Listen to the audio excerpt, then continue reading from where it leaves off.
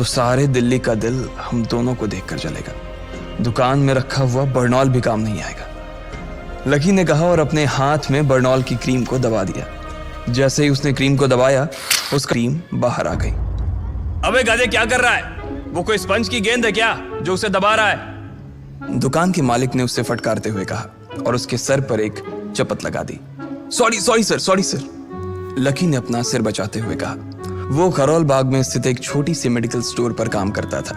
उसकी दुकान का नाम था चमन मेडिकल स्टोर और उसके ओनर का नाम था चमन लाल। लकी पिछले 5 साल से इन्हीं की दुकान पर काम कर रहा था। यहाँ इस छोटी सी शॉप पर काम करना उसकी मजबूरी थी। लाइफ में कंगाली की वजह से उसे कॉलेज में पढ़ाई पूरी करने के लिए पार्ट टाइम जॉब करना था। उसने कई अच्छी जगह अच्छी तनख्वाह की नौकरी ढूंढी पर नहीं मिली और वो इस मेडिकल स्टोर पर ही अटक गया। गधे, अब इसके पैसे क्या तेरा बाप भरेगा? कटेगा। इसका पैसा भी तेरी तनख्वाह से कटेगा और एमआरपी से डबल रेट में कटेगा। चमन ने अपने दांतों को किचमिचाते हुए कहा। गुस्से की वजह से उसकी नाक फूल गई थी और लकी की सांसें। उसने घबराते हुए ओनर से पूछा, एमआरपी से डबल क्यों सर जी? ताकि अगली बार से ऐसी कोई हरकत करने से पहले तू डबल बार सोचे, चमन ने कहा और उसके हाथ से ट्यूब छीन ली। उसका जी तो चाह रहा था कि वो लकी की खोपड़ी पर एक और बार अपना हाथ साफ कर ले, लेकिन उससे पहले ही दुकान का फोन बजने लगा। फोन की घंटी बजते ही लकी को वहां से निकलने का मौका मिल गया और वो भागते हुए फोन उठाने के लिए चला गया। हेलो जी, करोल बाग के बेस्ट मेडिकल चमन मेडिकल स्टोर से बोल रहा हूँ, बताइए क्या काम था? ये लकी की पेटेंट लाइन थी। चाहे कहीं से भी फोन आए, लेकिन उसे फोन पर बस यही बोलना था। जैसे ही इधर लकी ने अपनी बात कही, उधर से जवाब आया, मैं ब्लूमिंग नाइट होटल के कमरा नंबर 303 से बात कर रहा हूँ। एक छोटा सा ऑर्डर है, नोट करो और जल्दी से होटल पर डिलीवर करवा दो। वो एक लड़के की आवाज थी। उसकी आवाज में काफी भारीपन और एक अजीब सी जल्दबाजी थी। जैसे ही लकी ने वो आवाज सुनी, पता नहीं क्यों उसे वो आवाज जानी पहचानी सी लगी। जी सर, बताइए आपका क्या ऑर्डर है? हाँ तो लिखो, हार्ट प्ले के 2 पैकेट और 1 पैकेट टिश्यू। लकी, जो कि अपना पेन लेकर खड़ा था, हार्ट प्ले का नाम सुनते ही झिझक गया।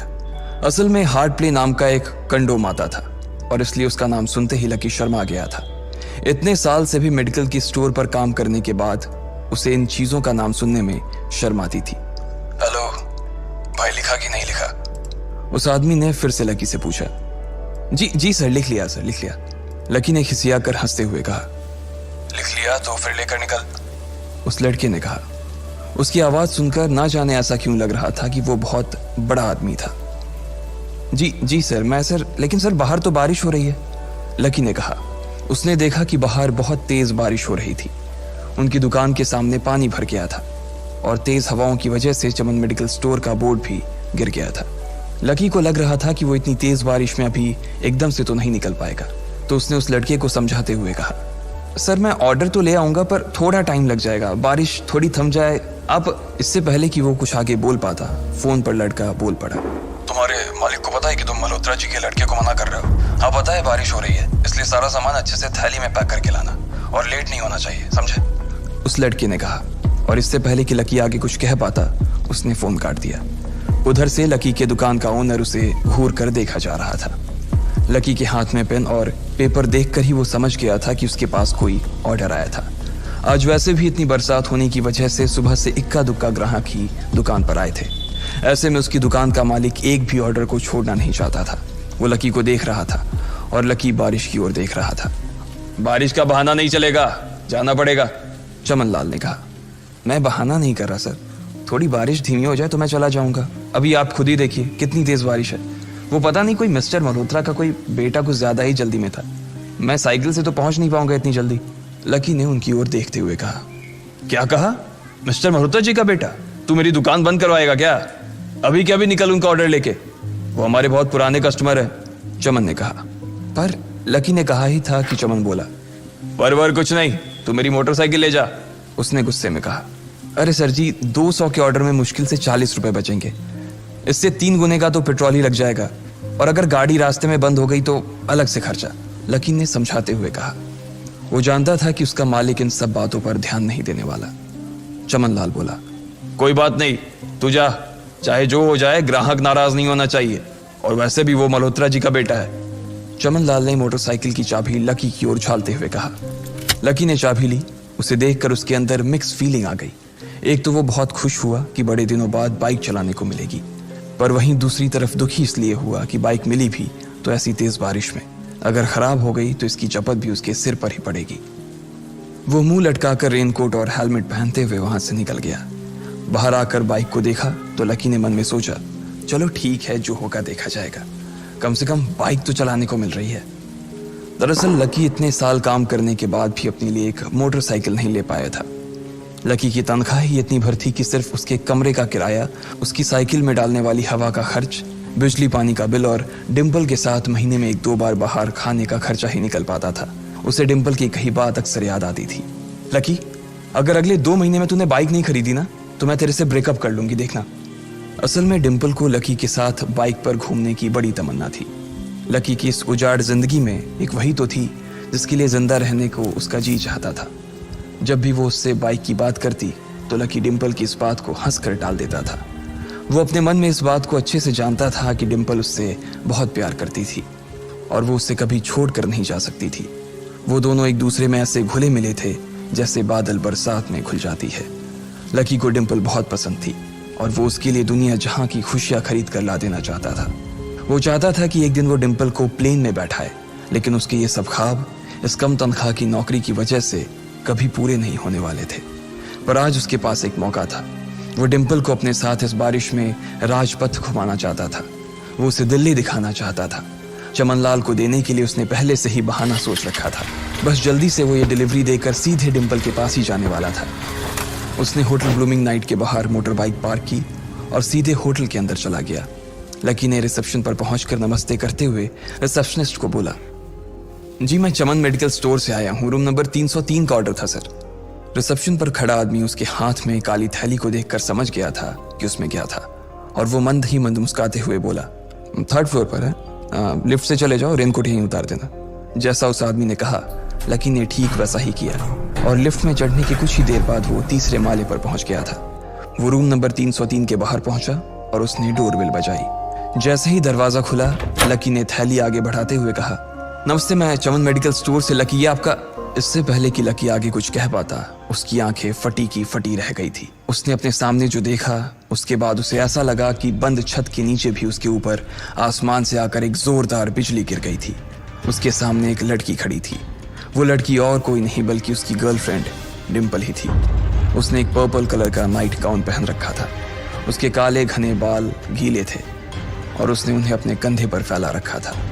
उसकी खुशबू से ही ये चीज साफ पता चल रही थी कि वो अभी अभी नहा कर आई थी। डिम्पल, तुम यहाँ क्या कर रही हो? लकी को अपनी आंखों पर विश्वास ही नहीं हो रहा था। उसने 2 बार अपनी पलकें झपका कर देखा, लेकिन दोनों बार ही उसे अपने सामने डिम्पल ही नजर आई।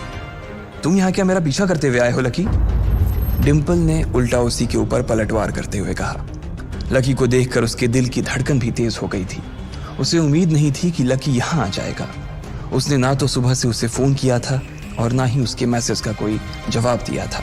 वो अपने मन में सोचकर बैठी थी कि वो अगले दिन खुद ही उससे मिलकर बोल देगी कि उसकी तबीयत खराब थी। डिम्पल बेबी, क्या हो गया? किससे बात कर रही हो? अचानक से एक गबरू जवान सा लड़का दरवाजे के पास आकर खड़ा हो गया था। उसने बनियान पहन रखी थी। लकी उसे पहचान गया था। साले राहुल के बच्चे, तेरी हिम्मत कैसे हुई मेरी डिम्पल को हाथ लगाने की? लकी ने जैसे ही राहुल को देखा उसके तन बदन में मानो आग सी लग गई थी। वो उसे इस वक्त इतना बुरा मारना चाहता था, इतना बुरा पीटना चाहता था जिसकी कोई हद सीमा नहीं थी। लकी जिस कॉलेज में पढ़ता था राहुल और डिम्पल भी उसी में पढ़ते थे और वो कॉलेज राहुल के फादर का ही था। डिम्पल ने राहुल के पिता की एक कंपनी में जॉब पकड़ ली थी और राहुल उस पर बहुत लाइन मारता था। लकी ने 1-2 बार डिम्पल को उससे दूर रहने के लिए भी कहा, लेकिन डिम्पल ने उसे ये कहकर टाल दिया था कि वो सिर्फ अच्छे दोस्त थे। आज भी इससे पहले कि वो आगे बढ़ता डिम्पल उन दोनों के बीच आ गई। रुक जाओ, डिम्पल ने गुस्से में कहा और लकी के सीने पर हाथ रखकर उसे रोक दिया। लकी लंबी सांसें ले रहा था और कुछ ही सांसों के बाद उसका गुस्सा शांत हो गया। अब डिम्पल के पास भी छुपाने के लिए कुछ नहीं था, इसलिए उसने लकी से कहा, लकी, आज से तुम्हारा और मेरा ब्रेकअप? लकी के पैरों के नीचे से जमीन खिसक गई थी। उसकी आंखें नम हो गई। लकी को उसकी बातों पर विश्वास नहीं हो रहा था। उसने डिम्पल की ओर देखा और बोला, डिम्पल, हम पिछले 1 साल से एक दूसरे के साथ हैं और तुम हो कि मुझसे ब्रेकअप करना चाहती हो? अरे मैं तो तुम्हारे लिए नई बाइक लेने वाला था। चल रहने दे, आज ही याद आई है तुझे बाइक की। अरे तेरे पास मुझे बाहर घुमाने के लिए, खिलाने पिलाने के लिए पैसे तो है नहीं, तू कहाँ से लेगा बाइक? और अगर ले भी लेगा तो उसमें पेट्रोल कहाँ से डलवाएगा? तेरी 8,000 रुपए महीने की नौकरी, उसमें होगा ये सब? लोग हंसते हैं मेरे ऊपर जब मैं सरोजनी में तेरे साथ घूमती हूँ। मैं ऐसी लाइफ नहीं जीना चाहती लकी। मैं तेरी तरह गरीब नहीं रहना चाहती। तूने मुझे फंसाया था, उल्लू बनाया था तूने मुझे, इसलिए मैंने राहुल से मैचअप कर लिया है। आज से यही मेरा बॉयफ्रेंड है, डिम्पल ने गुस्से में कहा। अच्छा तो बेबी ये है तुम्हारा वो बेकार सा एक्स बॉयफ्रेंड? राहुल ने पूछा और डिम्पल के बगल में आकर खड़ा हो गया। फिर उसने लकी के हाथ से थैली उठाई और उसमें से हार्ड प्ले का पैकेट निकालकर उसे चिढ़ाने के लिए उसे हवा में लहराने लगा। बाप रे, इससे बदकिस्मत इंसान इस दुनिया में और कौन होगा? राहुल ने उसकी टांग खींचते हुए कहा। लकी के पास उसकी बात का कोई जवाब नहीं था। उसने गुस्से से डिम्पल की ओर देखा और अपनी हाथों की मुट्ठी भींच ली। फिर वो वहां से निकल गया। अबे पैसे तो ले जा, सब कुछ फ्री में देता जाएगा क्या? राहुल ने जोर से ठहाके लगाते हुए कहा। लेकिन लकी बिना उसकी बात सुनते ही निकल गया। उसके दिमाग में डिम्पल के कहे शब्द गूंज रहे थे। उसने कभी सपने में नहीं सोचा था कि डिम्पल उसके साथ कुछ ऐसा भी कर सकती थी। जिस इंसान के लिए वो इतना कुछ करना चाह रहा था, उसे उसकी कोई कदर ही नहीं थी। लकी इतना हताश हो गया था कि बुरी तरह से रोने लगा। इस बार वो लिफ्ट से नहीं बल्कि सीढ़ियों से नीचे उतरा और एक सीढ़ी उतरने के साथ उसके आंसू आंखों से छलकते जा रहे थे। जब उसकी आवाज सुनकर कुछ लोग अपने कमरे से बाहर आए तो लकी ने तुरंत अपने आंसू पोंछे और तेजी से वहां से भाग गया। उसे जिंदगी में पहली बार प्यार हुआ था और पैसों की कमी की वजह से ना सिर्फ उसका प्यार बल्कि उसकी पूरी जिंदगी बर्बाद हो गई थी। लकी जैसे ही बाहर आया तो उसने देखा कि बाहर अंधेरा हो गया था। आसमान में तेज बिजली कड़की और बारिश जो थमी थी एकाएक फिर से झमाझम बरसने लगी। ये देख लकी के थमे हुए आंसू एक बार फिर से छलक गए। उसका दिल बुरी तरह से टूट चुका था, लेकिन उसे इस बात की खुशी भी हो रही थी। आखिर आज उसे डिम्पल का असली चेहरा नजर आ गया था। वो तो उसके साथ घर बसाने की सोच रहा था, लेकिन अच्छा हुआ कि उसने पहले ही उसका घर बर्बाद होने से बचा लिया। लकी को दुख तो बहुत हो रहा था, पर उसे यह भी लग रहा था कि उसे आगे चलकर यही दुख उसे खुशी देने वाला था। लेकिन एक चीज थी जो लकी को परेशान कर रही थी, वो थी उसकी माली हालत। उसकी जेब इतनी तंग थी कि उसे फटी हुई जेब की पैंट पहनकर घूमना पड़ता था। कभी कभी तो लकी सिर्फ रोटी खाकर दिन काट लेता था। वो कब से कोशिश कर रहा था कि कोई अच्छा काम पकड़ सके, लेकिन उसे कोई काम देने को राजी नहीं था। उसने टूटे हुए दिल को दिलासा देते हुए मन में सोचा कि डिम्पल पर खर्च होने वाले पैसे बच जाने से शायद उसके हालत सुधर जाएंगे। पर फिर भी वो रातों रात रईस नहीं हो जाने वाला था। उसने ऊपर आसमान की ओर देखा और जोर से चिल्लाया, अगर इतना ही अनलकी बनाना था तो फिर नाम लकी क्यों रखा भगवान? वो जितनी जोर से चिल्ला सकता था उतनी जोर से चिल्लाया। उसकी आवाज से आसपास खड़े लोग एक बार तो डर गए थे। लकी ऊपर ही देख रहा था और उसके आंसू बारिश के पानी के साथ मिल गए थे। जैसे ही वो फूट कर रोने को था, तभी उसके फोन पर एक मैसेज आया। जैसे ही लकी ने अपना फोन निकालकर उस मैसेज को पढ़ना शुरू किया, उसकी तो आंखें ही चमक गई। अचानक उसके आंसू हंसी में बदल गए और वो जोर जोर से वहीं सड़क पर नाचने लगा। उस मैसेज में लिखा था, परिवार की रिसर्च और परिवार के निर्णय के हिसाब से अग्रवाल परिवार का वारिस लक्ष्मण लाल अग्रवाल उर्फ लकी ने गरीबी अभ्यास की परीक्षा को पास कर लिया है और आज से ही वो उस जमीन और उस जायदाद का मालिक हो जाएगा जो परिवार ने उसके नाम कर रखी थी। ये एक ऐसा मैसेज था। आखिर कौन था लकी? क्या थी उसकी असलियत? और वो कैसे रातों रात ही अनलकी से लकी हो गया था?